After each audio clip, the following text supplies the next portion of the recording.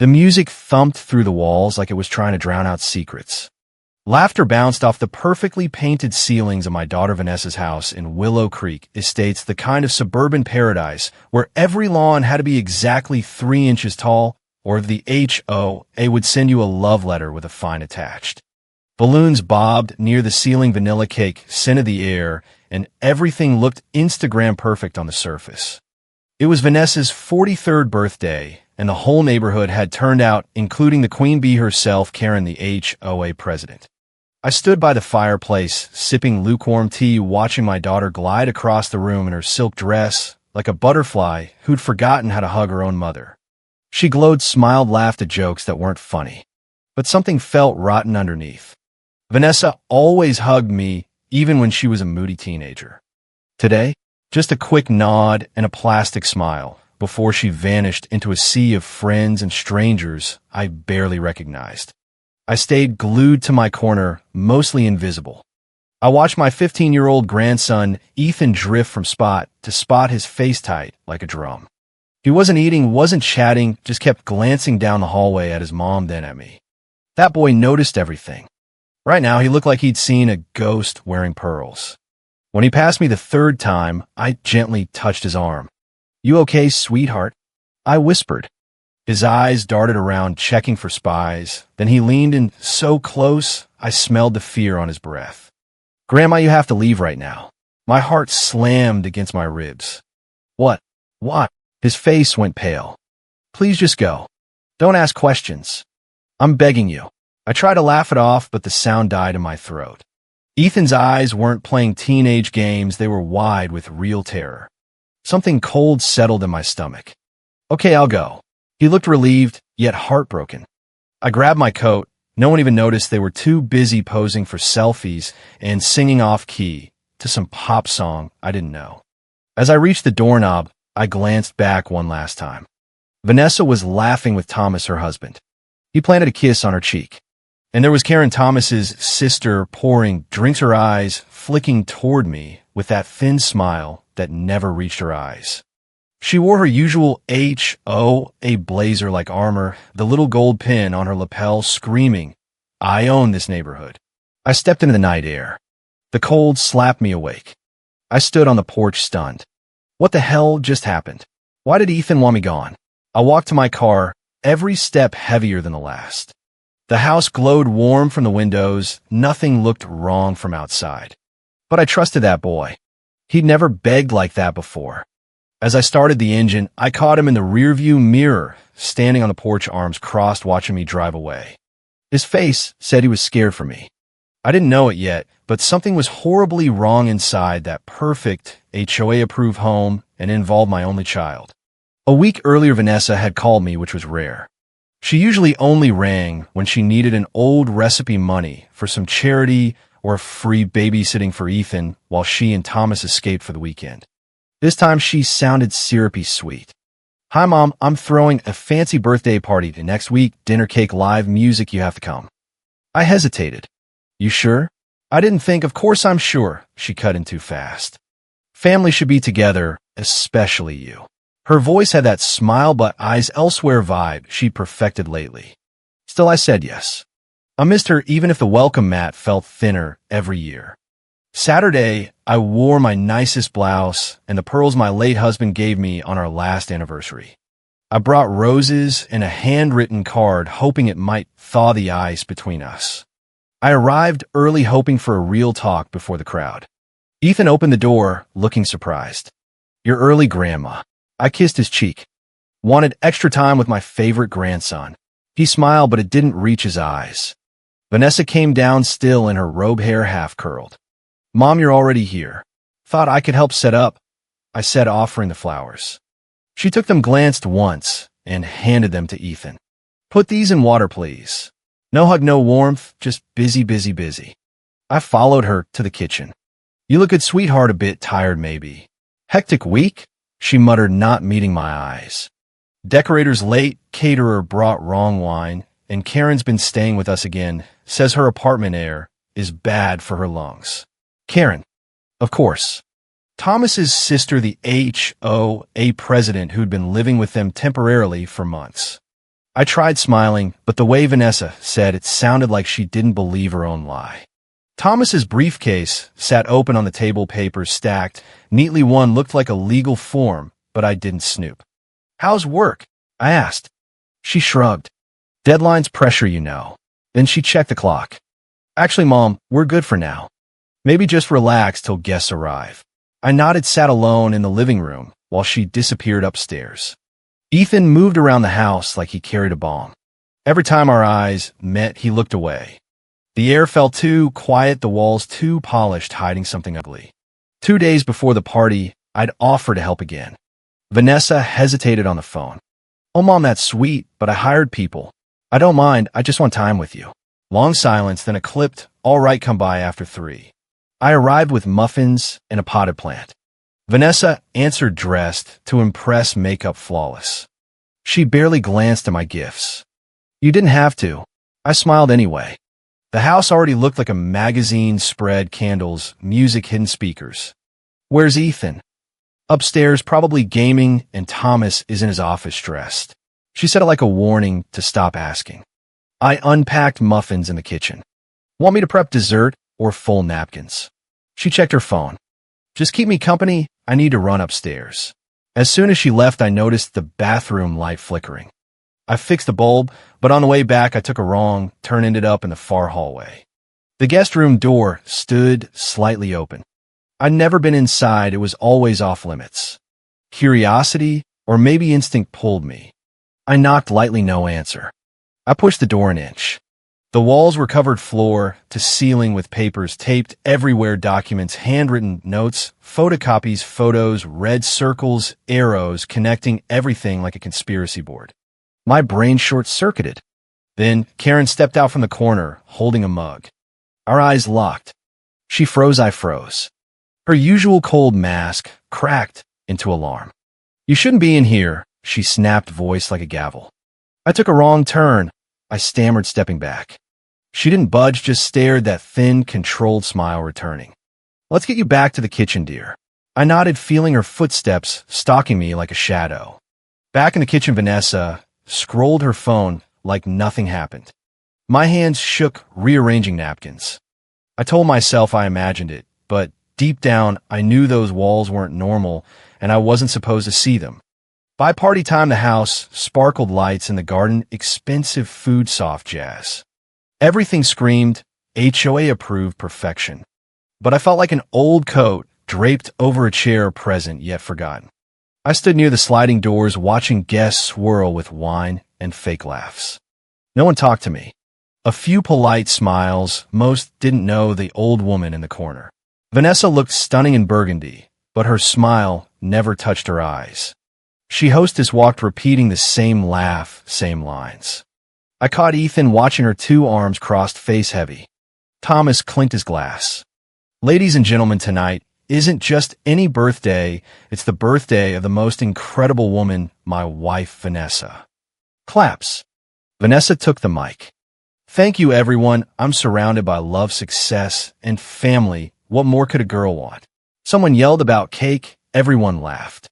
She continued, "I've been through a lot, raised by a strong, brave woman. She's here tonight." Our eyes met. I smiled, ready to feel proud. But she went on, "Life is about moving forward, building something new, and thanks to my amazing husband and this beautiful HOA-approved home, I finally feel like I've built a life I can call mine." Applause. Her words sank like stones. "Finally build a life of your own." I kept smiling, but my chest tightened. Thomas jumped in, booming. "And let's not forget the real MVP, me, for surviving her temper. And of course, we're honored to have the guest of honor's mother here, who taught her all the charm she forgot to use growing up." Laughter rippled. I laughed politely, but my stomach twisted. It wasn't the words, it was the smug tone meant to paint me as the quirky old rule breaker everyone tolerated. I caught glances and chuckles like they were in on a joke. I wasn't. I turned for water and spotted Karen alone near the hallway, not smiling, not clapping, just watching me, blank and cold. Later, at the dessert table, I tried conversation. "Beautiful party." She glanced over. "Vanessa said you've been staying here a while." She paused, then tilted her head. "Just until things are settled." Settled. She looked toward Vanessa. Things always settle eventually, don't they, dear? It landed like a threat wrapped in HOA politeness. The night dragged on. Guests drank music louder, but underneath, I felt a pot boiling over. Everything looked perfect, nothing felt safe. The moment I stepped outside, Ethan's plea echoed. I walked to my car, sleepwalking, then something snapped. I wasn't leaving. Not yet. I reverse parked a few houses down and waited. 10 minutes, 20. Party noise still roared. Then a black van pulled up to the side gate, not the front. 3 people, 2 men, 1 woman, none dressed for a party, carried something heavy under a tarp. The gate opened. Karen stepped out, waved them in calm, focused like she'd rehearsed it. My stomach dropped. I killed the engine, ducked low, snapped a blurry photo with my phone, flash accidentally firing. No one noticed. I crept along the fence, crouched behind hedges, and heard Vanessa's muffled voice through the kitchen window. She won't be a problem anymore. Once it's done, we're free to move forward. Silence, then Thomas laughed. She doesn't even know what's happening. She's too old to connect the dots. More laughter, the kind that raises neck hairs. I stepped back, hard hammering. I didn't know the full picture yet, but I knew enough. They were talking about me. Ethan hadn't been wrong, he'd saved me, and now I had to figure out their plan before it was too late. The next morning I sat in my own kitchen, staring at cold tea, hands still trembling. Everything I believed about my daughter, her husband, their perfect HOA life had cracked wide open. I replayed the van, the tarp, Karen waving them, and like a conductor, Vanessa's cold words. What did "she won't be a problem" mean? The knock came light, hesitant. I peeked through the hole. Ethan. I yanked him inside, locked the door. He looked exhausted, red eyes glancing behind like watchers lurked. Are you okay? I pulled him into a hug, felt him shake. I just needed to see you, Grandma. We sat at the table. Ethan, what happened last night? Why the warning? He stared at his fist, then spoke low. Night before the party, I couldn't sleep, went downstairs for water. Heard them in the study door half open. Mom, Thomas, Aunt Karen. My pulse raced. Thomas had papers with your name, documents everywhere. Arguing. Mom said it had to happen. Soon you were getting suspicious. Thomas said they couldn't wait, the buyer was ready. If you didn't cooperate, they'd move anyway. Buyer. Ethan nodded grim. They're selling your house, Grandma. The one Grandpa left you, the one you signed over to Mom after he died, but you never agreed to sell. I felt dizzy. That house was all I had left of my husband, the only thing not swallowed by HOA fees and rules. They changed the paperwork. Aunt Karen helped. She works with people, forged signatures, made it look like you gave up control, gave Mom power to sell, and move you into, he choked. Into where, Ethan? A care home, 2 states away. I sank back, stunned. Stories like this floated around retirement communities, elderly parents quietly erased for money. Never thought my own blood would do it. They think you're weak, won't fight, said you wouldn't understand till it was done. Tears stung, but I held them. In that room, the guest room, Aunt Karen turned it into planning, central notes, timelines, fake IDs, HOA violation stacks to justify liens on your property so it looks legal when they force the sale. I saw it 2 days ago. Silence stretched. I took his hand. Ethan, you saved me.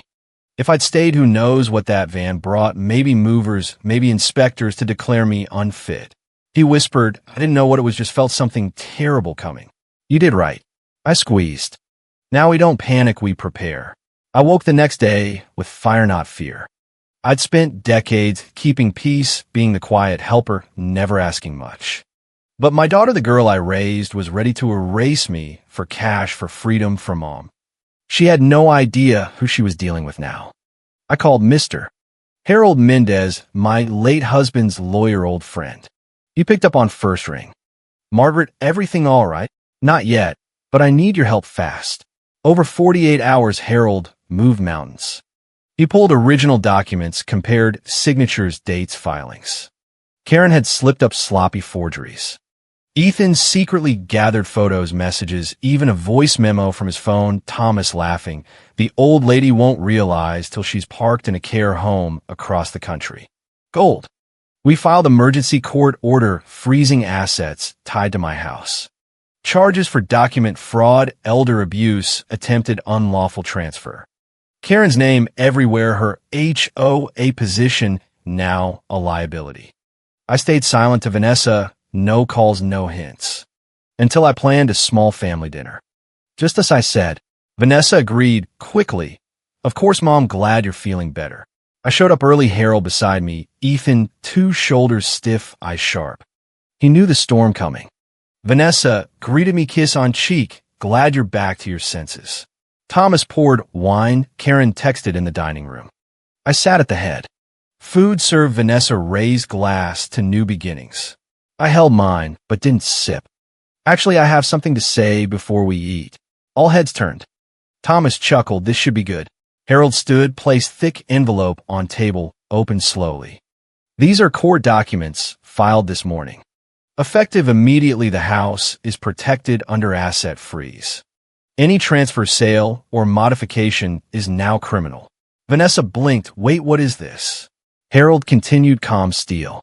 They also include evidence of forgery, false filings, conspiracy to commit elder abuse. Thomas shot up, you have no proof. Ethan stood, pulled phone, played the clip. Thomas's voice filled the room. She won't even realize till she's sitting in a care home across the country. Silence crashed. Karen's face drained pale. Vanessa stood, voice shaking. Mom, this isn't what it looks like. I cut her off, ice cold. I saw the papers in the guest room, Vanessa. I heard you. I saw the van. I know exactly what you and Karen were trying to do to me. Her mouth open, no sound. I stood. I raised, you gave everything, and you tried to throw me away like trash for a quick sale and HOA kickbacks. Front door opened, 2 plainclothes officers stepped in. Karen Fisher, one asked. Karen's chair scraped. This is a mistake. I didn't. You're under arrest for falsification of documents, fraud, identity theft. Vanessa gasped. Harold added, you'll both be investigated. Get lawyers. Thomas collapsed in a chair, pale. Vanessa's voice cracked. Mom, how could you? I looked her dead in the eyes. No, Vanessa, how could you? Then to Ethan, you did the right thing, sweetheart. He nodded, relief flooding his face. I walked out that night without looking back. For the first time, I wasn't just someone's mother or grandmother. I was the woman who refused to be erased, and the people who tried finally faced the music. But let me back up, because the real nightmare started long before that dinner. Willow Creek Estates looked like every HOA dream, identical beige, houses, manicured lawns, American flags at perfect angles. Except the rules. Oh, the rules. Karen ran the board like a dictator in designer flats. She fined me $300 last spring because my bird feeder hung 1 inch too low, violating aesthetic uniformity section 4.2.1. Another $200 for leaving Christmas lights up past January 15th. Holiday decor must not linger, it depresses property values. I paid, quietly smiled through neighborhood meetings while Karen preached, we're building community harmony, dear. It's for everyone's benefit. Everyone nodded like sheep. I was the old widow who didn't understand modern standards. Slandered in group chats as that difficult Mrs. Hargrove who thinks rules don't apply. I endured because fighting seemed pointless until Ethan's warning cracked everything open. After I parked down the street that night and overheard the plot, I drove home shaking but clear-headed. The next morning, Ethan's visit confirmed it all. Karen wasn't just crashing at Vanessa's, she was the architect. As HOA president, she could slap liens on my house for repeated violations, making it look distressed so the forged power of attorney would sail through and the developer buyer she knew would snap it up cheap. The guest room wasn't a war room, it was command central timelines of every fine. They'd already manufactured photos of my offending garden red circles around my mailbox color, not approved beige. They'd even drafted fake neighbor complaints Karen herself signed as president. The van delivered boxes of fabricated inspection reports and blank eviction notices ready to serve the day they moved me out. Ethan had risked everything sneaking photos. They laughed about how the HOA would handle the senile old lady angle public meetings would vote you incompetent. Dark humor hit me. Then the same woman who fined me for a crooked welcome mat was plotting to steal my roof while smiling at birthday cake. I spent days with Harold piecing evidence. We photographed every forged signature, matched them to Karen's known handwriting from board minutes. Ethan recorded more Karen bragging on speakerphone. Once the liens hit the bank, we'll foreclose faster than she can say violation. We split the profit 3 ways. Vanessa gets her new life. I keep my board seat. Social satire burned. These people preached community standards while committing elder abuse behind closed doors. I stayed silent, endured another HOA letter in my mailbox. Final warning, lawn, edging, not uniform, $500 fine. I paid it with a smile, knowing the trap was closing. Meanwhile, Vanessa texted, "Mom, hope you're feeling well after the party. Love you." Love. The word tasted like poison. I replied, politely kept the act. Inside, I watched, waited, gathered. The lawyer warned, Karen's position makes this explosive one wrong move. She'll cry harassment claim, the whole board is biased against you. I smiled. Let her. I've got proof. She's the one biased against basic human decency. Ethan visited daily, bringing more crumbs of text from Karen. Buyer ready escrow in 30 days. Tell Mom the care home has bingo nights. She'll love it. Dark laugh bubbled up. Bingo nights. They thought I was that gullible. I printed everything organized into folders labeled with sarcastic sticky notes. Karen's community harmony plan. The tension built like a storm. At the neighborhood potluck, Karen cornered me by the punch bowl, clipboard in hand. Margaret, darling, I notice your flag is 2 inches too wide again. Section 7.3. Please correct, or we'll have to vote at next meeting. Her smile dripped honey. I sipped punch. Of course, Karen, for the community. Inside, I thought, enjoy your clipboard while it lasts. She leaned closer, voice low. You seem tired, dear. Maybe a change of scenery would do you good, less stress, fewer rules to worry about. The thread hung. I smiled back. I'm just fine right here, thank you. Her eyes narrowed, but the party guests watched. She couldn't push. That night, I added her words to the file. Escalation felt delicious. I knew their timeline, 30 days till settled. I had 20 left to strike. Harold prepped the emergency filing. Ethan practiced his testimony, voice steady now. The night before confrontation, I sat on my porch looking at my house, the one Grandpa and I built before HOA existed. Lights off, quiet, peaceful. I whispered to the dark. They tried to erase me, but I'm still here, and tomorrow they'll wish they never started this game. Satisfaction hummed already. Karen and her rules, family greed masked as love. They were about to learn the hardest HO, a lesson of all. Don't mess with the quiet ones who've been paying attention. The dinner table felt like a courtroom waiting to happen. Candles flickered, expensive wine breathed, but the air crackled with a lie we all pretended wasn't there. I sat at the head, calm as a summer lake, while inside a volcano waited. Vanessa chatted about her new yoga class. Thomas nodded. Karen scrolled her phone, probably checking HOA complaint logs. Ethan sat beside me, knee bouncing under the table. Harold, my lawyer, arrived early, briefcase heavy with truth. Vanessa greeted him politely. So nice to see you again. She had no idea he carried her downfall in manila folders. Food arrived, steaks perfect, like everything in their HOA bubble. Vanessa raised her glass again. To new beginnings and family forever. I lifted mine, set it down untouched. Before we eat, I have something important. Heads turned. Thomas smirked. Mom's got a speech. Harold stood, slow, deliberate, placed the envelope like a judge's gavel. These are court documents filed hours ago. Your house, Margaret's house, is now under full asset protection. Any attempt to sell, transfer, or encumber it is a federal crime. Vanessa's four clattered. What are you talking about? Harold didn't blink. Evidence of forgery, false power of attorney, conspiracy to commit elder abuse, and abuse of HOA authority to manufacture liens. Thomas rose, face red. This is ridiculous. You have nothing.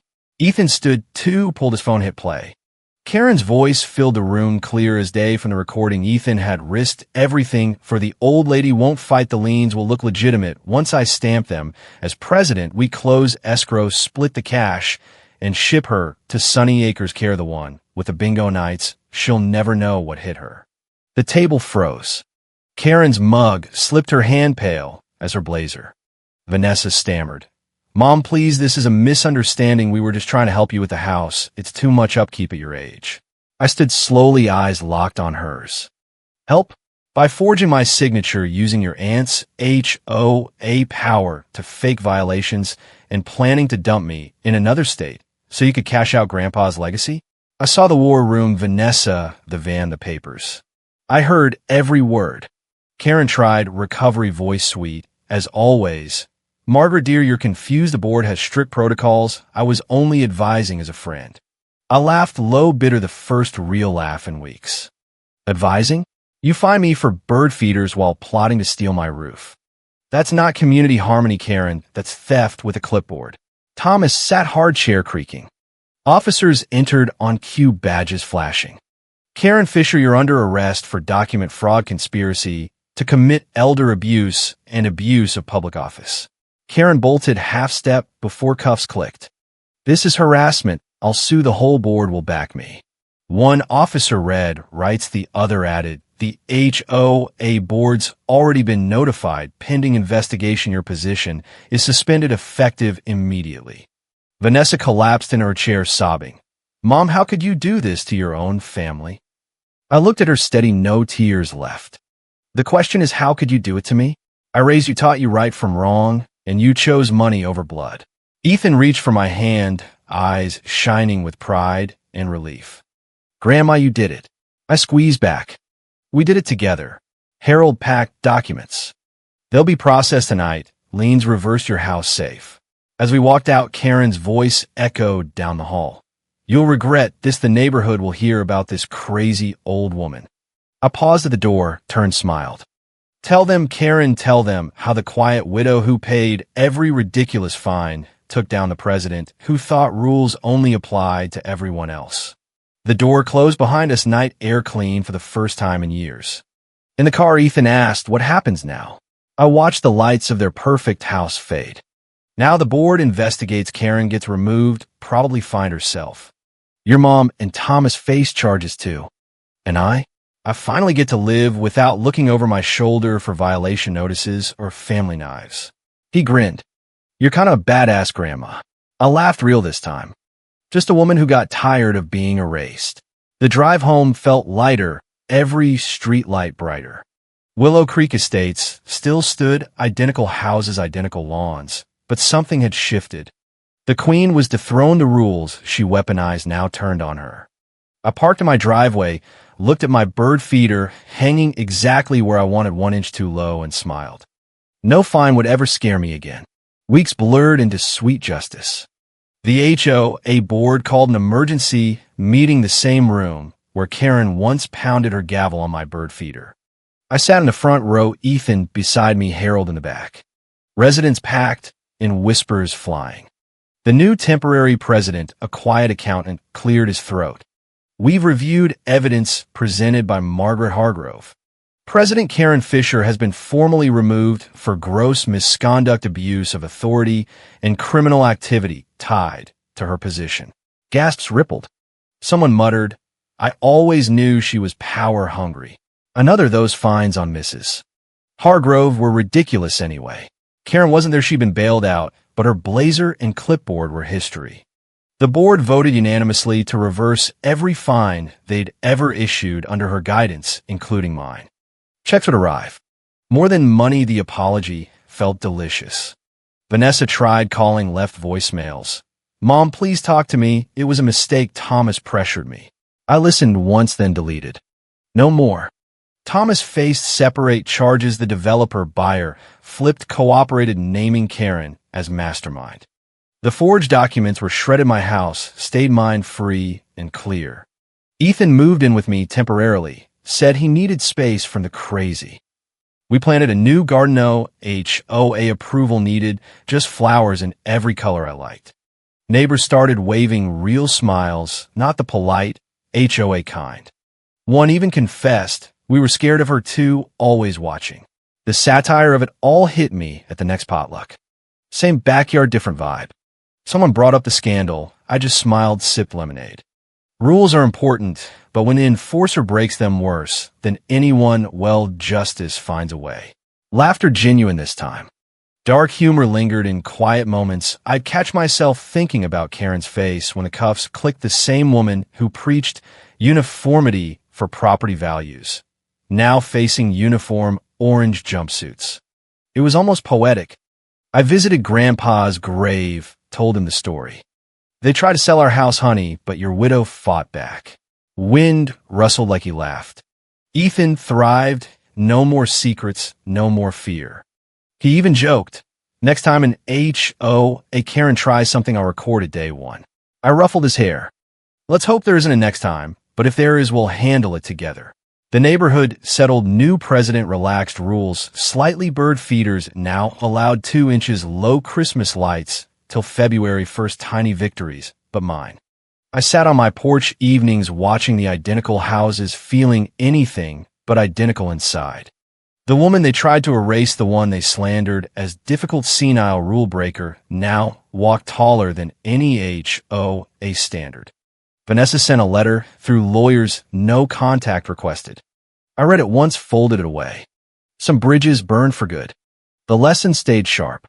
Power corrupts, especially when wrapped in community and family ties.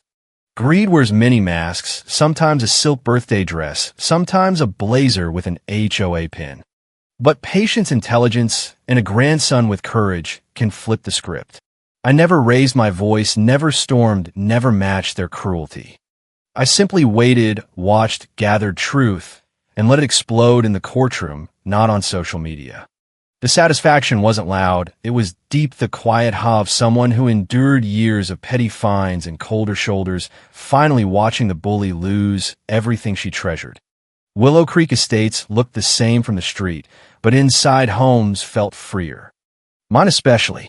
I hung a new flag, full size, no inches measured, just proud. No one complained. And every time I passed the spot where that black van once parked, I smiled, remembering how close they came and how far I made them fall. The storyteller in me, the one who lived it, wants you to hear this loud and clear. Never underestimate the quiet ones in your neighborhood or your family. They might be smiling through the fines, but they're counting every violation, and when the moment comes, they'll hand you the bill with interest. Karen learned that the hard way. So did my daughter. And me? I finally got the only thing that mattered, my life back on my terms. No more whispers, no more warnings, just peace and the sweet sound of justice, served colder than any HOA fine ever was. The end.